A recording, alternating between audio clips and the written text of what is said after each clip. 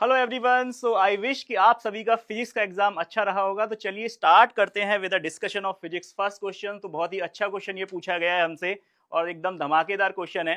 तो स्टूडेंट यहाँ पर हमें क्या दे रखा है, यहाँ पे हमारे पास consider water that is filled with a tank, right. And यहाँ पर जो हमारे पास लेंथ दे रखी है that is given to you, it is just hold,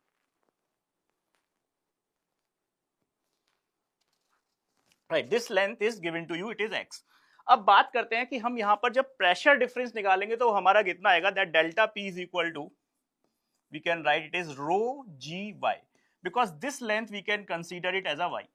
Now pressure को अगर हम in terms of surface density surface tension लिखें तो हमारे पास हो जाएगा s into d square y over dx square, that is equal to rho gy. So you can see our second option will be the right answer for this problem. चलिए अब आगे बढ़ते हैं नेक्स्ट प्रॉब्लम की ओर। Next problem में हमें दे रखा है that is an electron of mass this, right, and यहाँ पे हमें दे रखा है that is moving in a perpendicular to its direction of motion. We wish to supply an uniform electric field together with a magnetic field of electron does not deflect. तो यहाँ पे एक स्पेशल केस है जो Laurent force में हमने discuss किया था, that is not going to be Laurent force, right. Laurent force के केस में हमारा डिफ्लेक्शन जो होता है वो क्या होता है, अगर हमारे पास इलेक्ट्रिक फोर्स मैग्नेटिक फोर्स के बराबर हो जाए, if F of E is equal to F of B, so what we can write, there is no deflection, इसको हम बोलते थे क्रॉस फील्ड, राइट। अब यहां पे Q into E we can use, that is equal to Q V V, so you will get the formula that V is equal to it is E by B. तो आपके पास यहां पर पूछा गया है what is the electric field, तो V दे रखा है हमें, V दे रखा है, will get the value of electric field. So यहां पे हमारा option 2 will be the right answers. I hope यहां तक आपको अच्छे से क्लियर हो गया होगा, राइट, आपके क्वेश्चन सही जा रहे होंगे। चलिए आगे बढ़ते हैं। नेक्स्ट हमारा एक क्वेश्चन मिस हो गया, that is question number 2। Okay, so यहां पर हमारे पास है एक microscope has an objective focal length that is 2 centimetres, eyepiece की focal length that is 4 centimetres, tube length हमारे पास 40 सेंटीमीटर दे रखी है। तो student this is one of the easiest problem and direct formula based problem जो हमसे पूछी गई है यहाँ पे।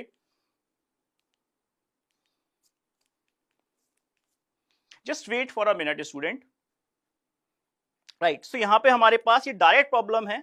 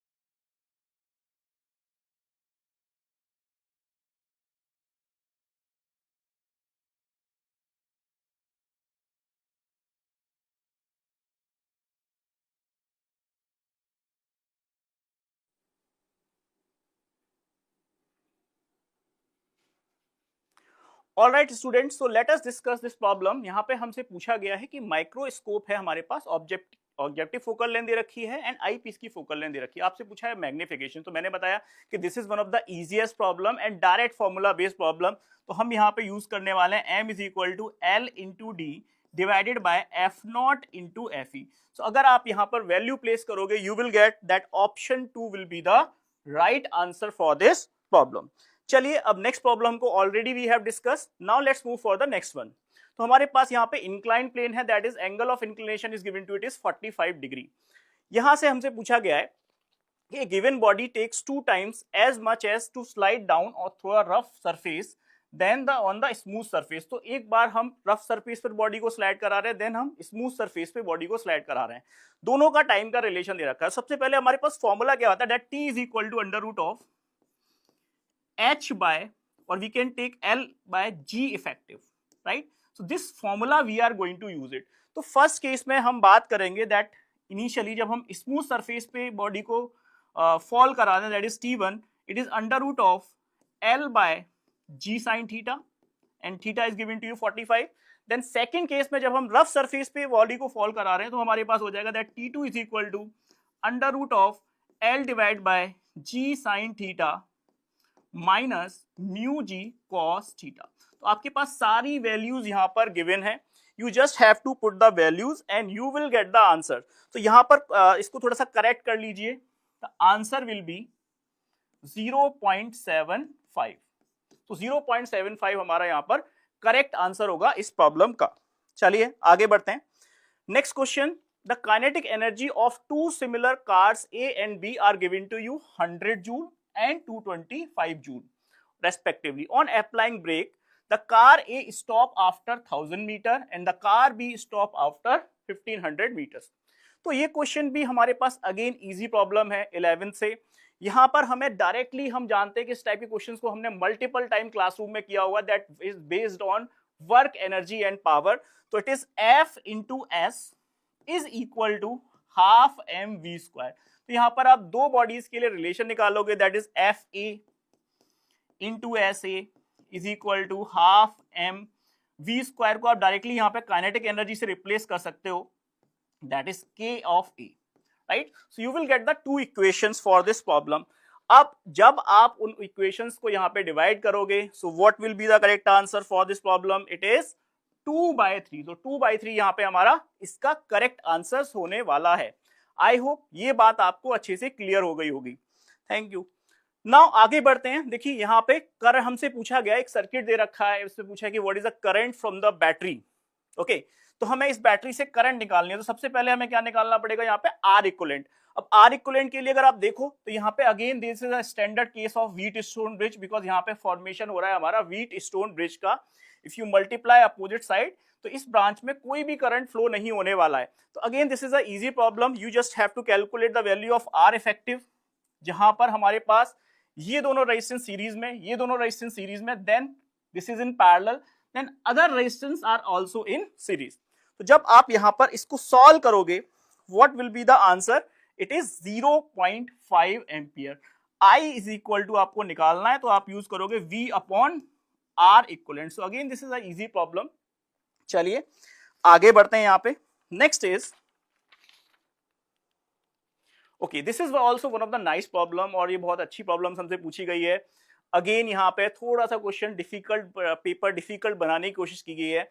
अब यहाँ पे ये स्पेशल केस है एक वर्टिकल सर्कुलर मोशंस का, जहां पर हमारी पॉइंट P पर क्या हो रही है? स्ट्रिंग स्लैक कर रही है. राइट, तो अगेन यहाँ पे दो इक्वेशंस हमें बनानी पड़ेंगी. फर्स्ट इक्वेशन में अगर आप देखोगे तो mg is in downward direction, तो इसका जो कंपोनेंट आ जाएगा यहाँ पे, this is mg sin theta and that is balanced by centrifugal force, that is mv square by r. तो फर्स्ट इक्वेशन बनने वाली है mg sin theta is equal to mv square by l. Okay, यहां पर हमारी जो velocity होगी वो v होगी. देन सेकंड इक्वेशन हम बनाएंगे कंजर्वेशन ऑफ एनर्जी से. तो कंजर्वेशन ऑफ एनर्जी से क्या बनेगा? यहां पर हमारे पास कौन सी एनर्जी है? Kinetic energy. तो we are using it is half mv naught square, that is equal to, इस पॉइंट पे हमारे पास काइनेटिक भी है प्लस पोटेंशियल भी है. तो काइनेटिक एनर्जी जो होगी हमारी वो होगी हाफ mv स्क्वायर प्लस, अब देखो पोटेंशियल निकालने के लिए यहाँ पे आपको हाइट कैलकुलेट करनी पड़ेगी. तो this angle is given to it is theta, तो हम बोल सकते हैं सर ये वाला भी हमारा थीटा होने वाला है. तो यहाँ पर ये वाली लेंथ हो जाएगी L sin थीटा. तो प्लस हम लिखेंगे plus mg into L plus L sin theta. So again आपके पास दो इक्वेशन है, you just have to calculate the ratio and then you will get the answer. तो यहाँ पर हमारे पास ऑप्शन नंबर हो जाएगा, it is option number 4. I hope यहां तक आपको सारी बात अच्छे से क्लियर हो गई होगी. ओके स्टूडेंट, चलिए आगे बढ़ते हैं. Next is that is from the semiconductor. मैंने बताया था आपको कि आपको एक प्रॉब्लम यहाँ पे सेमीकंडक्टर की मिलने वाली है, right, and this is one of the interesting problem. तो यहाँ पे हमें क्या दे रखा है? The output of y given logic implementation is similar to what? तो इस गेट को हम जानते हैं सर ये हमारा होता है, this is NOR gate. NOR gate का आउटपुट होता है a प्लस बी पर बार. देन यहां पर भी हमारे पास नॉर गेट है, this is also a plus B पर बार. अब ये दोनों हमारे इनपुट कहां जा रहे हैं? That is in AND gate. तो जल्दी से बताएं क्या होगा अगर हम एंड गेट में 1 and 1.1 करते हैं तो क्या आता है आउटपुट, इट इज 1 सर। तो फाइनली जो हमें मिलने वाला है this is again NOR gate. So 4 will be the right answer to this problem. चलिए आगे बढ़ते हैं फॉर द नेक्स्ट प्रॉब्लम। यहां पर electric field in a electromagnetic wave is given to you. Electric field हमें दे रखा है, राइट, इट इज, और वेव किस डायरेक्शन में जा रही है, that is moving in X direction. तो मतलब हमारे पास अब जो मैग्नेटिक फील्ड आएगा या तो वो जाएगा वाई डायरेक्शन में, क्योंकि एक्स डायरेक्शन में मेरा इस वेव ट्रेवल कर रही है यहाँ पे, ठीक है। तो बात आती है कि सर हम मैग्नेटिक फील्ड का मैग्नीट्यूड कैसे निकालें। तो अगेन हमने अभी जस्ट फॉर्मूला पढ़ा था, that is C is equal to it is E by B। तो आपको B कैलकुलेट करना है, B का मैग्नीट्यूड कैलकुलेट करना है।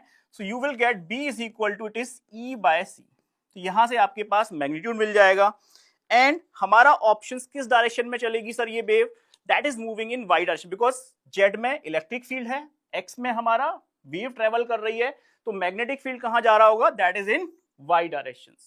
सो option 1 will be the right answer. चलिए आगे बढ़ते हैं नेक्स्ट प्रॉब्लम की ओर। यहां पर हमारे पास दे रखी है कि एक बॉल है that is 0.5 kg, it is draw from a height of 40 meters, ball hit the ground and rise with 10 meters। तो again this is a interesting problem that is based on momentum. तो हमसे पूछा है what is the impulse imparted, right. तो P is equal to, जब हमारे पास एक ball है नीचे की तरफ जा रही है, देन सरफेस पर स्ट्राइक करने के बाद ऊपर की तरफ जाती है, तो हमें मोमेंटम निकालना आता है सर। यहां पर अगर मैं इस वेलोसिटी को v1 ले लूं, यहां पर अपनी वेलोसिटी को v2 ले लूं, so we can write that delta P is equal to m v2 minus of minus m v1, because यहां पर एडिशन होगा, ये इंपॉर्टेंट पॉइंट था जो ध्यान रखना है हमें, ठीक है। एंड v1 की वैल्यू आ जाएगी sir, it is under root of 2gh2 जो आपको गिवन है, v1 आ जाएगा that is under root of 2gh1। तो दोनों बेसिकली एडिशन होने वाला है। So what will be the correct answer for this problem, जल्दी से बताएंगे मेरे को चैट बॉक्स में आप लोगों के आंसर आ रहा है। This is because this is one of the easiest one, right. So it's option number 1। Option 1 will be the right answer for this problem. चलिए देन आगे बढ़ते हैं नेक्स्ट प्रॉब्लम की ओर। अब यहाँ पर हमारे पास एक सिंपल सर्किट दे रखा है, एलसीआर बेस्ड सर्किट है, बैटरी कनेक्टेड है। हमें बोल रखा है कि इसमें जो करंट फ्लो हो रही है that is given to it is 2 ampere. Now it is increasing with the rate of 1 ampere per second. तो दैट मीन्स अगर इंक्रीज कर रही है तो हमारा इंडक्टर के अक्रॉस भी क्या आने वाला है, वोल्टेज ड्रॉप आने वाला है, राइट। तो वोल्टेज ड्रॉप कितना आएगा सर, वो कैसे निकालेंगे, this is L D I by D T. So again यहाँ पे this is again a KVL based problem, VA minus L is 1, D I by D T is also 1, right. Then minus of 5 volt minus 2 into 2 that is 4 and that is equal to VV। तो जब आप इसे solve करोगे so you will get VA minus VV is equal to 10 volt। So fourth option will be the right answer to this problem। Next problem is ampere current is flowing through a 2 different small circular loops coil, ratio हमें given है। अब हमसे पूछा है magnetic movement. So again student this is a very easy problem. देखो जो 12th का portion हमसे पूछा गया, मैं देख रहा हूँ क्वेश्चंस काफी इजी पूछे गए, बट 11th के पोर्शन में हमसे थोड़े से क्वेश्चन टफ पूछे गए, राइट। तो m is equal to what is a formula sir, it is I into A. Magnetic movement पे मैंने बताया था आपको क्वेश्चन आने के चांसेस हैं, right. This is also one of the important topic. अब बात आती है कि ए आई तो हमारा सेम है सर, ए को हम रिप्लेस कर देंगे, it is pi are square because coil है, तो m हमारा डायरेक्टली प्रोपोर्शनल हो जाएगा, that is directly proportional to R square. So tell me what will be the correct answer for this problem again. तो 1:2 दे रखा है सर, हमारा answer हो जाएगा 1:4। ओके, आई होप ये बात भी आपको अच्छे से क्लियर हो गई होगी। नाउ आगे बढ़ते हैं, that is again easy problem from class 12th, right? A certain camera combination of 4 similar convex lens are arranged axially in a contact, then power of combinations हमसे पूछा गया है and total magnification is comparison power is P। Okay, total magnification जब हम कोएक्सियली सबको connect कर देंगे आपस में, तो आप जानते हो कि एम पी का जो फॉर्मूला होता है it is P1 plus P2 plus P3 plus P4, right. जब मैं लाइक मैग्नेटिक मैग्निफिकेशंस की बात करूंगा तो m होता है मेरा, it is m1 into m2 into, direct formula था हमने डिस्कस किया था, m3 into m4. So tell me what will be the correct answer? Yes sir, it is option number 3. Again this is a easy problem from ray optics. Now next problem is also very interesting. बढ़िया problem पूछी गई है from the class 11. मैंने बताया 11th वाला portion अच्छा पूछा गया है हमसे. तो यहाँ पर हमारे पास इन ऑक्सीजन सिलेंडर वॉल्यूम हमें गिवन है 30 litre. Okay, and number of moles initially दे रखे हैं. अब आपसे पूछा गया है after some oxygen is withdrawn from the cylinder, right. हमने कुछ ऑक्सीजन को विड्रॉ कर लिया, तो आप जानते हो कि सर हमारे नंबर ऑफ मोल्स यहां पर चेंज हो जाएंगे, and the formula is PV is equal to NRT. तो आप यहां पे n की जो वैल्यू निकालोगे that is final we can say, तो n final is PV upon RT. अब यहां पे आपको प्रेशर गिवन है क्वेश्चंस में, वॉल्यूम गिवन है, R की वैल्यू गिवन है एंड टेम्परेचर भी गिवन है. तो यहां पे आपके पास n फाइनल निकल जाएगा. ओके, n इनिशियल ऑलरेडी आपको गिवन है, तो डेल्टा n कितना होगा हमारा, कितना हमसे पूछा कि कितना ऑक्सीजन निकाली होगी हमने. तो सबसे पहले हम डेल्टा n की बात करेंगे, तो delta n is n final minus n initial, right. अब जब हमारे पास डेल्टा n आ जाएगा, ऑक्सीजन का आपको एटॉमिक मॉलिक्यूलर मास दे रखा है, राइट. अब मास मल्टीप्लाई कर दोगे आप 32 से, सो you will get the answer that is in gram. But यहां पर जो ऑप्शंस आपको दे रखे हैं ध्यान रखना है, that is given to you in KG. तो केजी में आपको क्या करना पड़ेगा, 1000 से डिवाइड करना पड़ेगा, and after that you will gate fourth option is the correct answer for this problem. चलिए देन आगे बढ़ते हैं नेक्स्ट प्रॉब्लम की ओर. आई होप यहां तक सबके अच्छे चल रहे होंगे. जल्दी से चैट बॉक्स में मेरे को बताते रहो आपके कितने मार्क्स आ रहे हैं, बाकी सब्जेक्ट्स में कितने मार्क्स आ रहे हैं, सब लोग बताते रहें. देन नेक्स्ट इज टी हमें गिवन है इस इक्वेशन में, that is again motion in straight line से प्रॉब्लम पूछी गई है, that T is equal to it is X square plus X. तो सबसे पहले हमसे एक्सेलरेशन पूछा गया, तो हम v निकालेंगे. अब v क्या होता है सर मेरे पास, हमें ऐसे डिफरेंशिएट कर देता हूं विद रिस्पेक्ट टू डिस्प्लेसमेंट. तो it is dt by dx and that is equal to 2x plus 1 आ जाएगा आपके पास. तो v की वैल्यू आ गई आपके पास 1 अपॉन 2x प्लस 1. आई होप यहां तक सबको अच्छे से क्लियर हो गया होगा. अब बात आती है एक्सेलरेशन की. अगर मेरे को v पता है इन टर्म्स ऑफ x, तो आपको डायरेक्ट फॉर्मूला बताया था क्लासेस में हमने, that a is equal to it is v into dv by dx. So again आपको एक स्मॉल सा डिफरेंशिएशन करना है and you will get the correct answer to that problem. तो यहां पे हमारे पास ऑप्शन होने वाला इट इज ऑप्शन नंबर 2. चलिए आगे बढ़ते हैं. Next is to an AC supply of 220 volt 50 hertz. Resistors हमारे पास 20 ओम दे रखा है, रिएक्टेंस हमारे पास कैपेसिटर का 25 दे रखा है, इंडक्टर का दे रखा है 45. तो सबसे पहले बात आती है कि corresponding the current, what is the phase angle between the current and the voltage हमसे पूछा गया है. तो फेज एंगल कैसे निकालते हैं, हम जानते हैं sir tan phi is equal to XL minus XC divided by R. आपको डायरेक्ट वैल्यू गिवन है XL XC की, तो इनको जब आप सब्ट्रैक्ट करोगे 45 minus 25 you are getting it is 220 divided by R is also 20, so you will get it is 1. अब ये 1 कब होता है सर 45, बट अगेन यहाँ पे हमारे पास दो ऑप्शंस दे रखे हैं, दैट मींस हमें नेक्स्ट कैलकुलेशन भी करनी पड़ेगी. इसका पेपर अच्छा बना है, that I is equal to it is simply V by Z.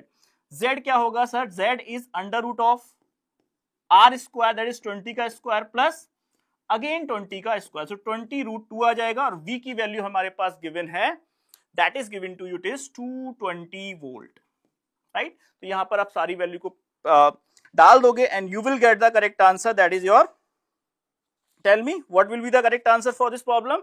Yes, it is option number 2.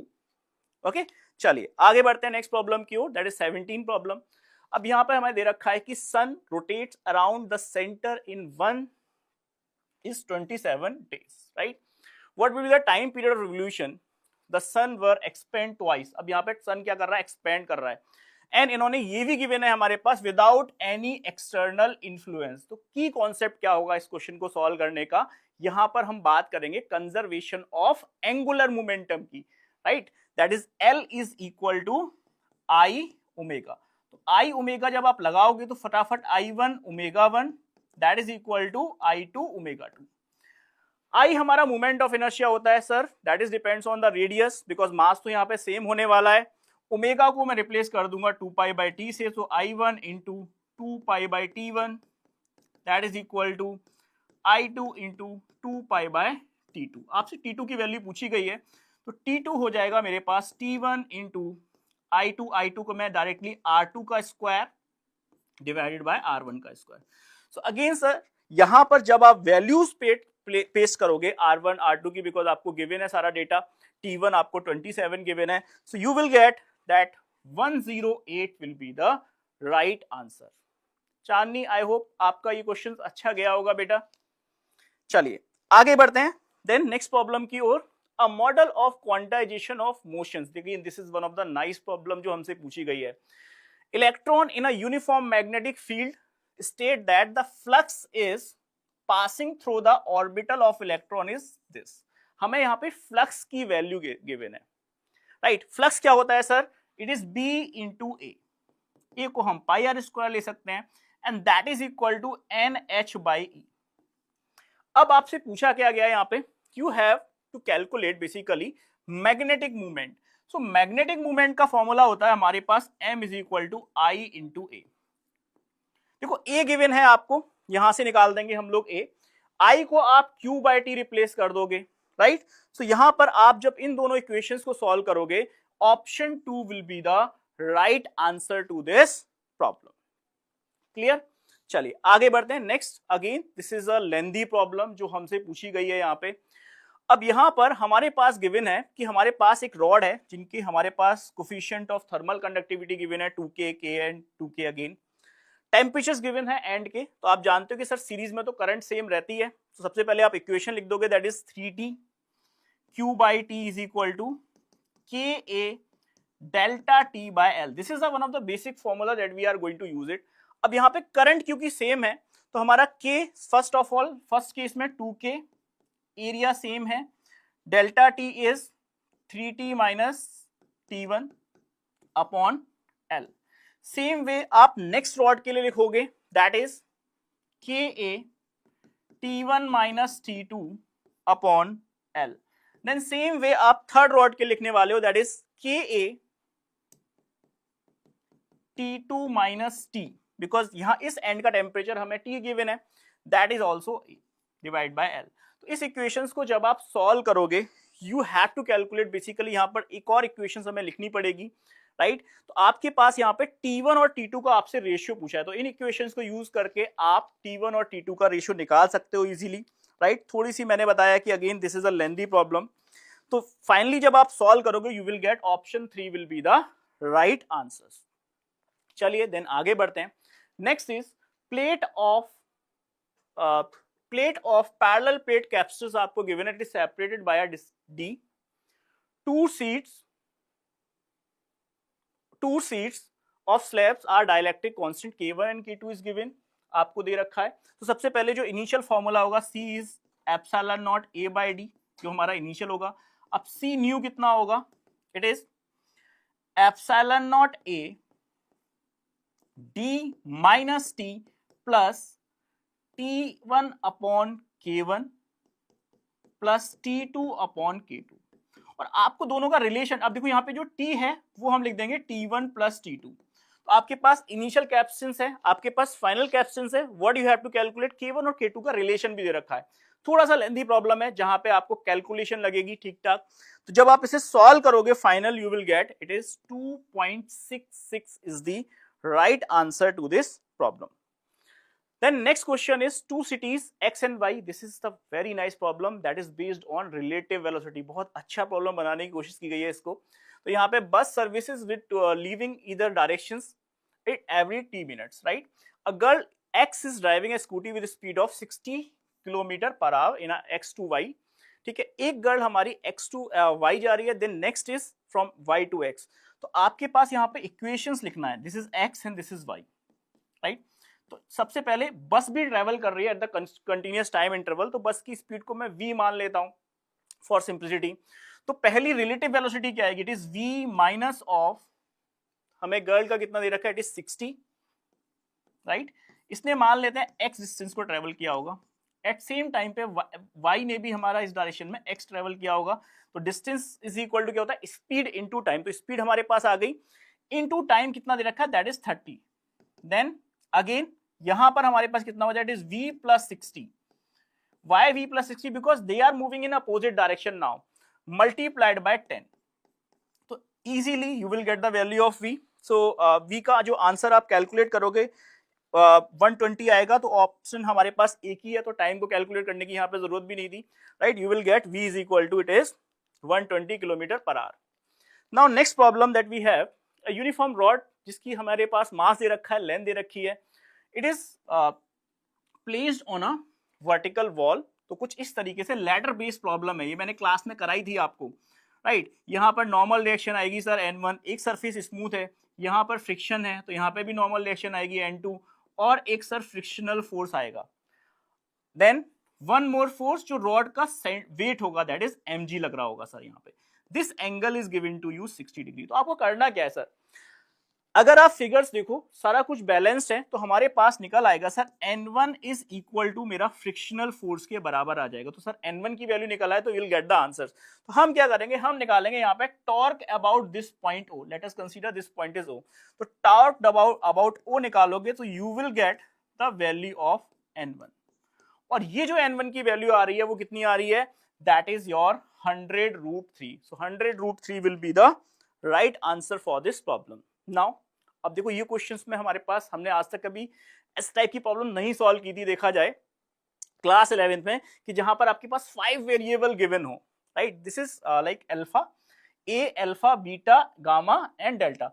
But again अगर आप इक्वेशंस लिखते हो तो this problem is very easy. तो आपके पास दे क्या रखा है, that t is equal to, t मेरा टाइम है, is directly proportional to s की पावर अल्फा, a की पावर बीटा, रो की पावर गामा एंड r की पावर डेल. तो आपको जस्ट एक रिलेशन फाइंड आउट करना था and you will get the answer. तो यहाँ पर t की डायमेंशन तो सर t ही हो जाएगी, s की डायमेंशन हो जाएगी, it is surface tension, so it is m t-2 की पावर अल्फा. देन a हमारे पास आ जाएगा, इट इज एरिया, तो it is L square beta.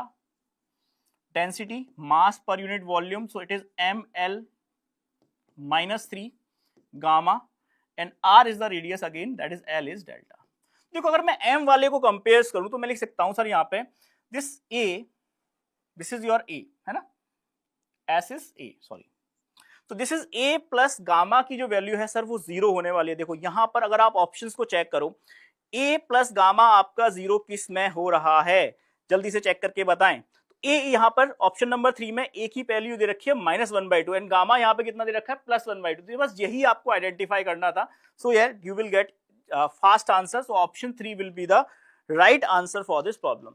Now next problem that we have, it is a consider a diametric spherical object हमें दे रखा है, और ये क्वेश्चन है वर्नियर कैलिपर्स का. तो vernier callipers is also very important topic. मैंने बताया था आपको क्लासेस में कि यहाँ से आपको क्वेश्चन पूछने जाएंगे, राइट. तो रीडिंग का फॉर्मूला क्या होता है sir, L is equal to main scale reading. Main scale reading हमें कितनी गिवन है सर, यहां पर हमें गिवन है main scale reading is 5 centimetres plus least count into number of division coincide with vernier scale. तो लीस्ट काउंट हमारे पास it is 100, 1/100 MSD minus VSD से निकल आएगा. Then multiplied by division which is coincide with the main scale. तो ये हमारे पास गिवन है, दैट इज 8. अब देखो यहाँ पे एक जीरो एरर भी गिवन है आपको, that is VS is at 0.1 centimetre. तो आपका एडवांस है स्केल ऑलरेडी, तो हमें क्या करना पड़ेगा, यहाँ पे सब्ट्रैक्ट करना पड़ेगा, दैट इज 0.1 सेंटीमीटर. ओके, तो जब इसको सॉल्व करोगे you will get option number 3 will be the right answers. तो student rest of the questions are going to be discussed by our Nishant sir. Okay, and सभी लोगों को टेलीग्राम चैनल ज्वाइन करना है for the counselling related update.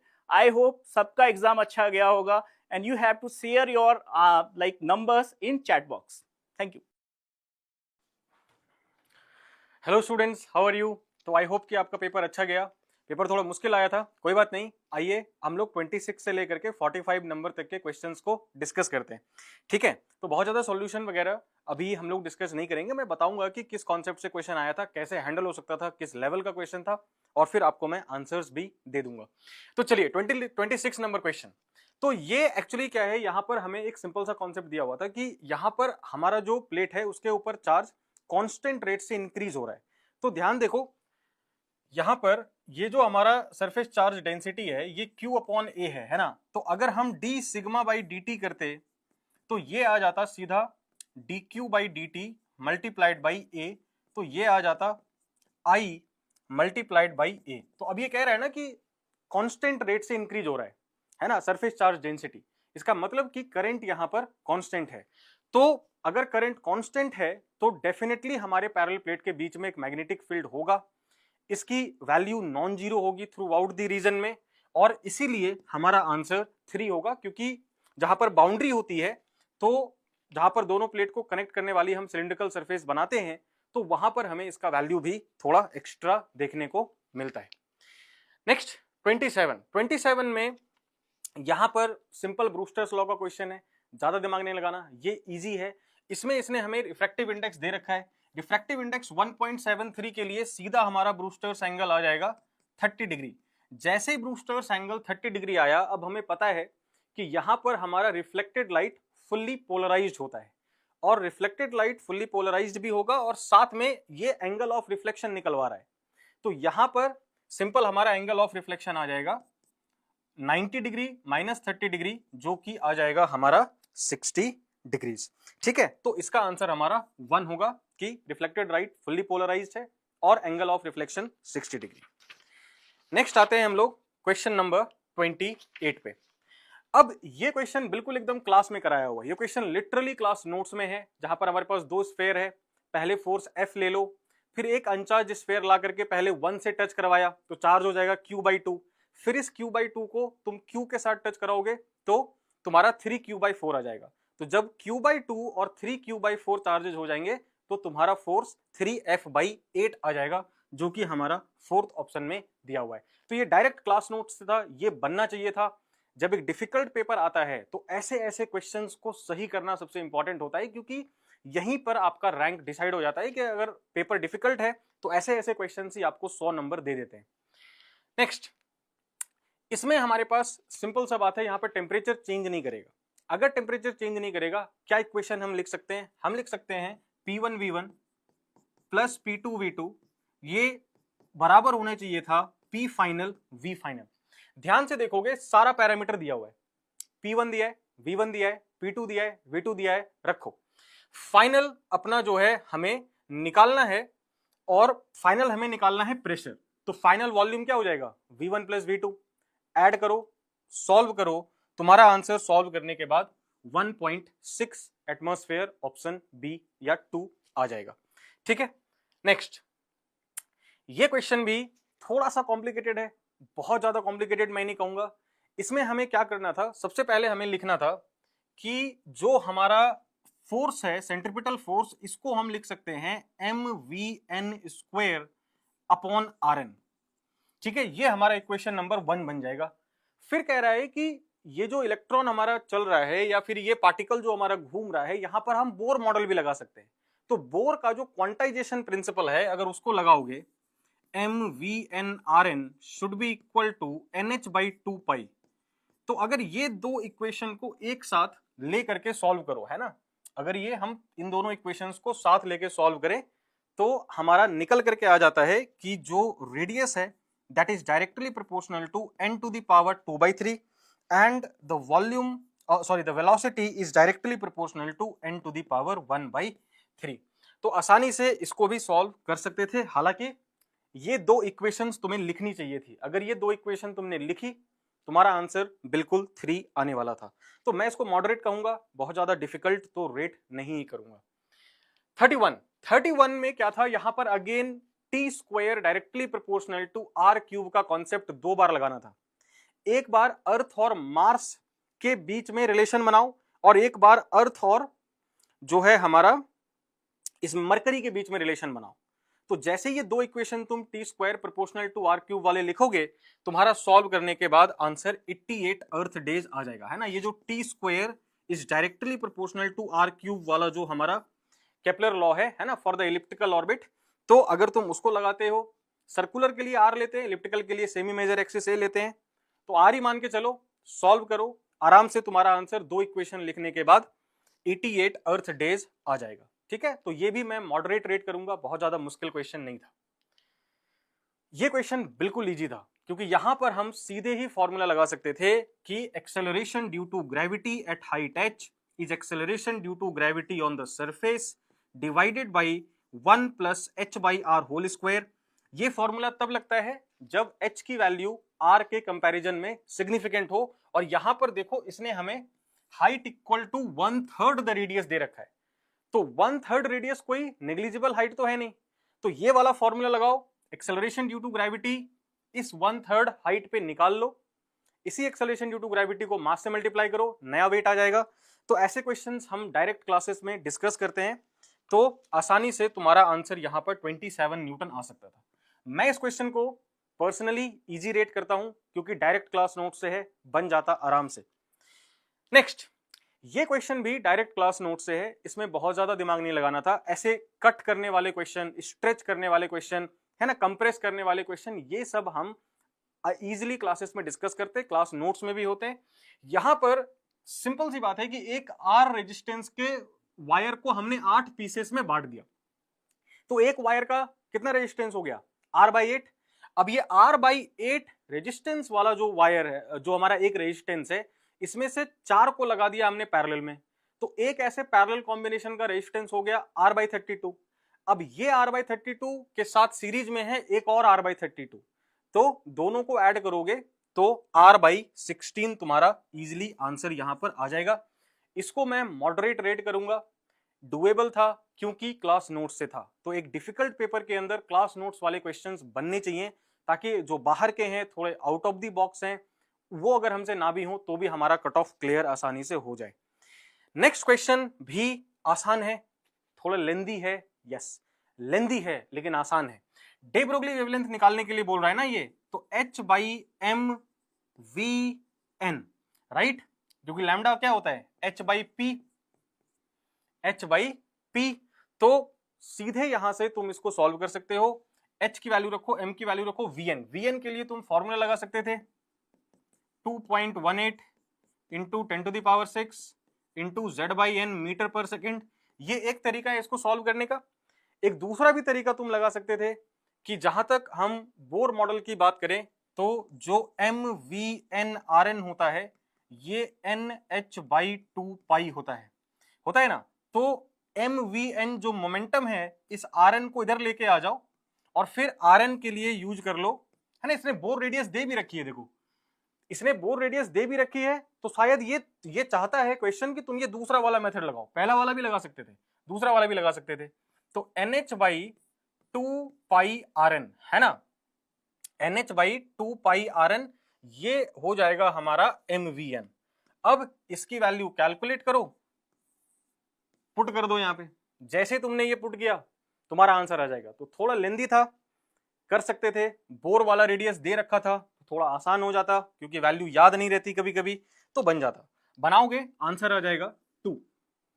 तो मैं कहूंगा moderate है क्योंकि थोड़ा सा कैलकुलेशन है, it is not conceptually difficult, you just have to do a lot of calculation, तो इसलिए मैं इसको मॉडरेट रेट करूंगा, 2 है इसका आंसर। ठीक है, ये क्वेश्चन डेफिनेटली इजी था, it was one of the easiest questions in the paper.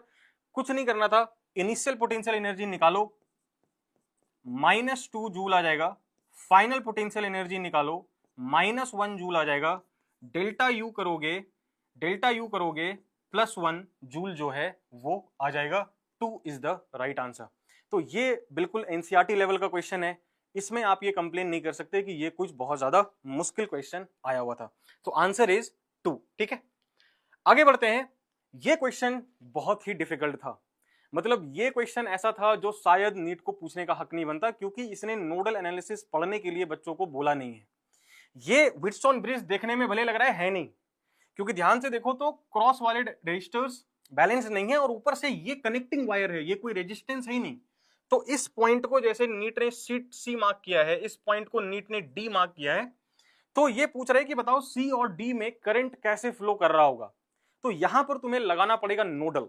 तुम क्या करो, इस पॉइंट का पोटेंशियल मान लो 0 वोल्ट, इस पॉइंट का पोटेंशियल आ जाएगा 50 वोल्ट, इस पॉइंट का पोटेंशियल मान लो x, और अब सॉल्व करो। सॉल्व करके ही यहां पर करंट की वैल्यू निकाली जा सकती है, तो बिना नोडल लगाए शायद ये सवाल नहीं बनेगा, नोडल नीट ने अपने सिलेबस में लिख नहीं रखा है, तो शायद नीट को नहीं पूछना चाहिए था, बट चूंकि पूछा है तो मैं इसका आंसर बता देता हूं। इसका आंसर है 2 एम्पियर। इसको नोडल लगा के सॉल्व करोगे, हालांकि नोडल मैं अपने क्लासेस में पढ़ा देता हूं, मैं बता देता हूं कि नोडल सीबीएसई के आंसर में मत लगाना।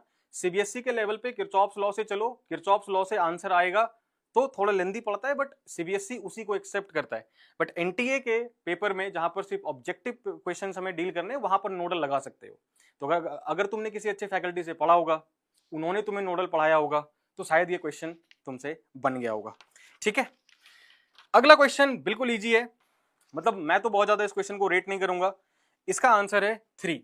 यहां पर 2 फॉर्मूले हमें लगाने थे कि energy of the photon is equal to H C by lambda of the photon, इसको ई के बराबर कर देते।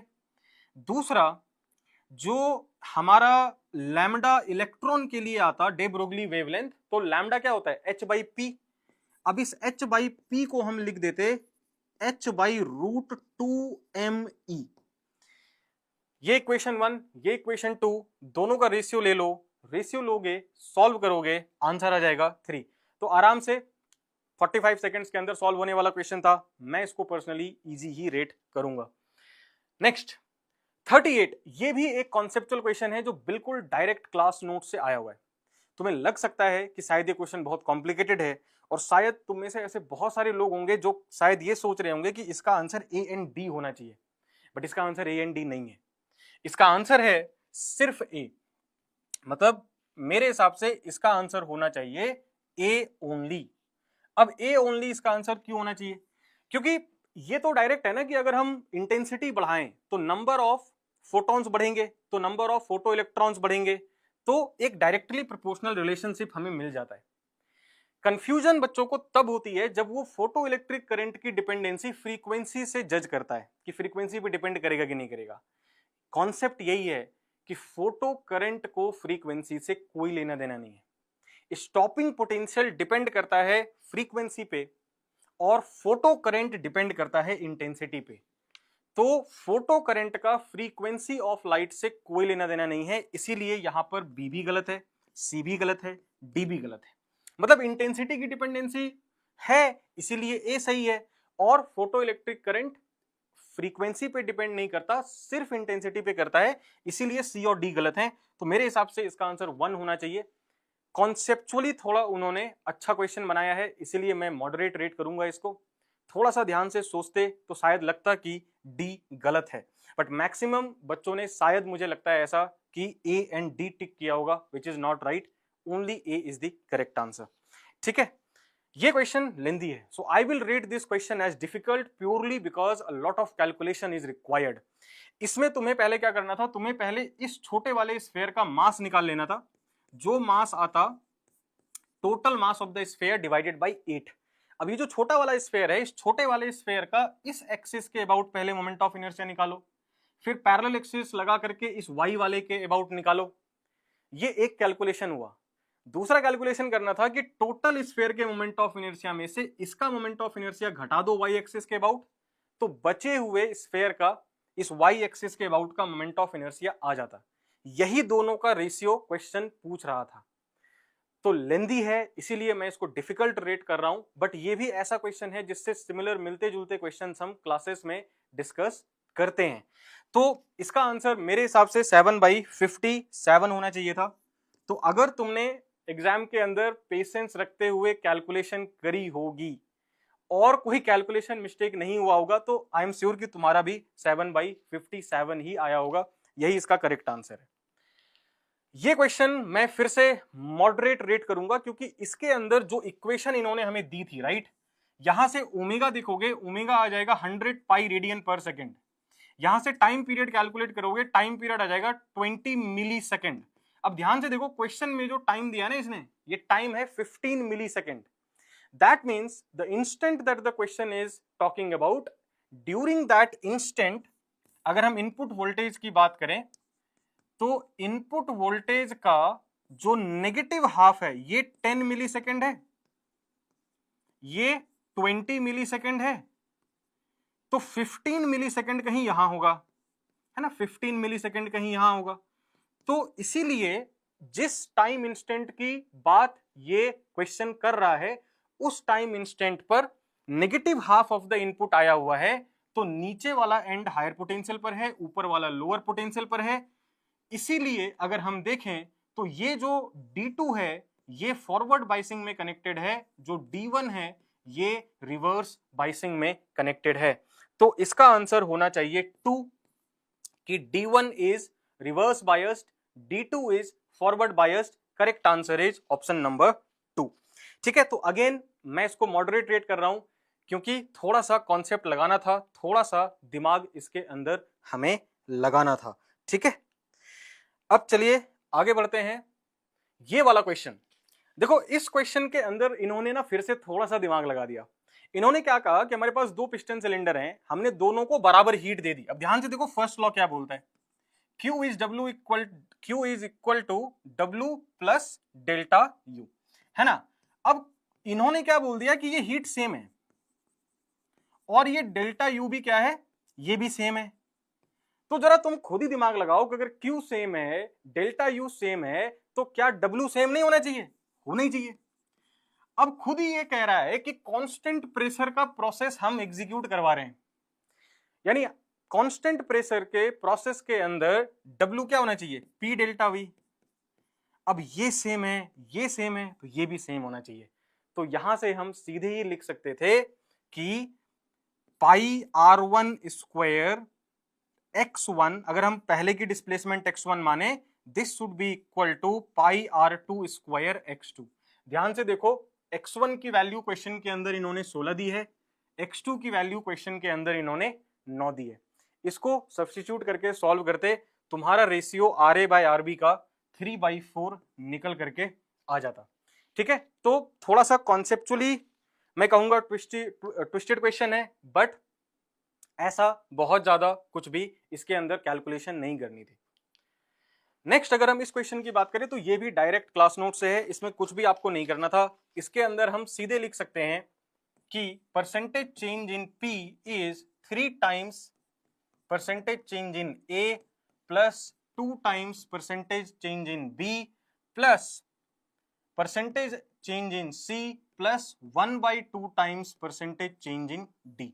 ये डायरेक्ट क्लास नोट से है और इसको हम लोग यहां पर अब सीधा सब्स्टिट्यूट करो। देखो 1, 3, 2, 4 ये सब वैल्यूज हमें दी हुई हैं, उठा करके रखो, सॉल्व करो। सॉल्व करोगे आंसर आ जाएगा तुम्हारा 13%। ठीक है, तो यहां पर छोटा सा क्वेश्चन था, कैलकुलेशन भी छोटी थी, मैं तो पर्सनली इसको इजी ही मान के चलूंगा, ये तुम्हें करना चाहिए था पेपर के अंदर। नेक्स्ट ये देखो, ये क्वेश्चन ना थोड़ा यूनिक है, यूनिक इन द सेंस कि यूजुअली नीट इस टाइप के क्वेश्चंस को पूछने से झिझकता है जहां पर थोड़ा सा ज्यादा मैथमेटिकल चीजें हों। अब देखो इसके अंदर ना नीट ने क्या क्या दिमाग लगा दिया।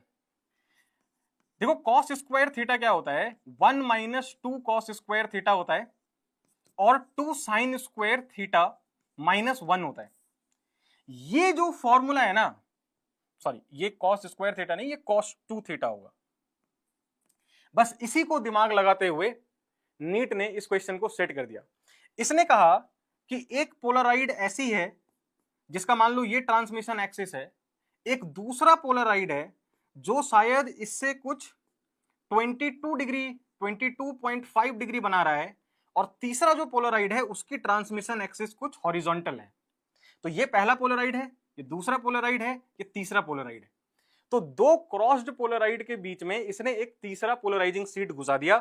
पहले दूसरे और पहले के बीच का एंगल 22 डिग्री है, तो तुम खुद ही दिमाग लगा सकते हो कि तीसरे और दूसरे के बीच का एंगल जो है ये 90 डिग्री माइनस 22.5 डिग्री रहा होगा।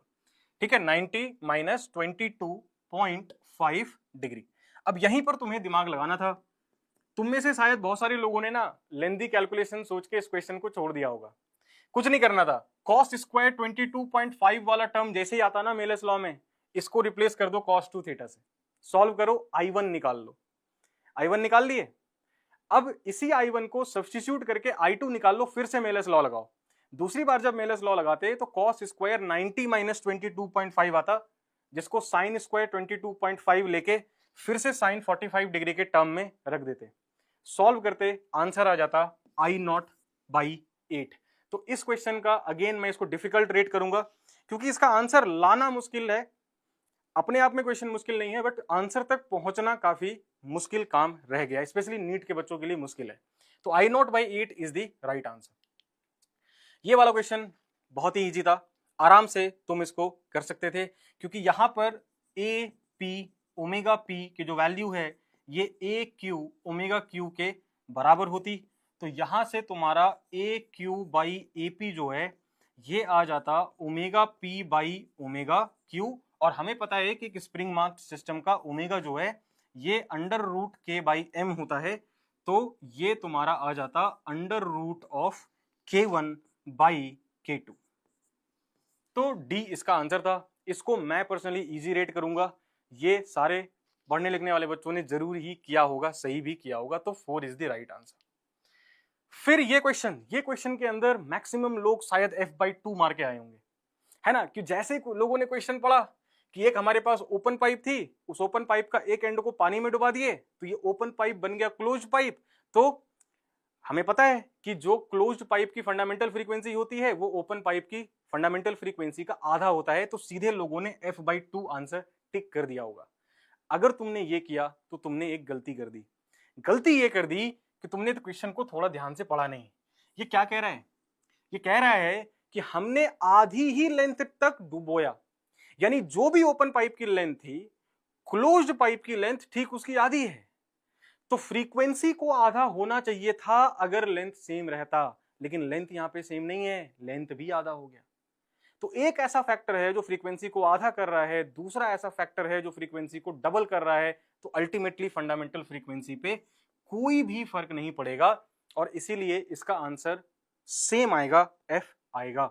ठीक है, अब ये क्वेश्चन 23 नंबर रह गया था। देखो ये इस क्वेश्चन का मेरे हिसाब से one of the most challenging question था, जहां पर आपको एक इमेजिनेशन चाहिए थी, एक क्रिएटिव इमेजिनेशन चाहिए थी, सोचने की क्षमता चाहिए थी, और ऐसे क्वेश्चन यूजुअली नीट में नहीं आते हैं क्योंकि वहां पर आपके पास 45 क्वेश्चंस 1 आवर का हिसाब होता है, इसलिए नहीं पूछते हैं ऐसे, बट इन्होंने पूछ दिया। ये क्वेश्चन क्या कह रहा है कि एक स्प्रिंग मास सिस्टम है, बॉक्स के अंदर सैंड भरा हुआ है, बॉक्स ऑसिलेट कर रहा है, सैंड भी ऑसिलेट कर रहा है, अब सैंड निकलना चालू हो गया बॉक्स से, है ना, सैंड लीक हो करके ग्राउंड पे गिर रहा है। क्वेश्चन पूछ रहा है कि बताओ एंगुलर फ्रीक्वेंसी वर्सेस टाइम का ग्राफ क्या होगा, एम्पलीट्यूड वर्सेस टाइम का ग्राफ क्या होगा। ये चैलेंजिंग क्वेश्चन है, मेरे हिसाब से इसका आंसर होना चाहिए 3। पूछो क्यों? क्योंकि जो ओमेगा है, ओमेगा होता है √K/m, right, spring mass system का ओमेगा होता है √K/m। जैसे जैसे बॉक्स में से सैंड निकल करके गिरता जा रहा है, हमारे सिस्टम के अंदर मास कम होता जा रहा है, मास कम हो रहा है तो ओमेगा बढ़ेगा। इसमें जो कॉन्ट्रडिक्टरी चीज है, जिसके अंदर मल्टीपल ओपिनियंस हो सकते हैं, वो है एम्पलीट्यूड। बट मेरे हिसाब से एम्पलीट्यूड भी बढ़ना चाहिए, क्योंकि जैसे जैसे सिस्टम का मास कम होता जाएगा, वैसे वैसे अगर तुम मोमेंटम कंजर्वेशन लगाओगे तो मास कम होने की वजह से वेलोसिटी बढ़ती जाएगी और अल्टीमेटली एम्पलीट्यूड भी बढ़ता जाएगा। तो थोड़ा कॉन्सेप्चुअल क्वेश्चन है, सोचने वाला क्वेश्चन है, ये तो डिफिकल्ट ही जाएगा ऑब्वियसली। अगर तुमने इस क्वेश्चन को छोड़ भी दिया है, कोई दिक्कत की बात नहीं है, क्योंकि ये क्वेश्चन बहुत ही कम लोग सही कर पाए होंगे। It requires a lot of conceptual understanding. ठीक है, तो आई होप कि आप लोगों को ये पेपर डिस्कशन में मजा आया होगा, आपने कुछ कुछ नई नई चीजें सीखी होंगी हमारे साथ। आप हमारे टेलीग्राम चैनल को ज्वाइन कर सकते हैं, जहां पर कि हम आपके काउंसलिंग के प्रोसेस में भी हेल्प कर सकते हैं, और भी अगर आपको कोई इंफॉर्मेशन हमारे बारे में जाननी हो तो you can contact us through that. And obviously I hope that you had a good time, you had a good exam, and that even if this paper was not what you thought it would be, I really hope ki you will keep your spirits high and you will keep chasing your dream. So from all of us at the Extra Marks NEET, I thank you for joining us and for participating in this discussion. Let's meet again someday. Thank you.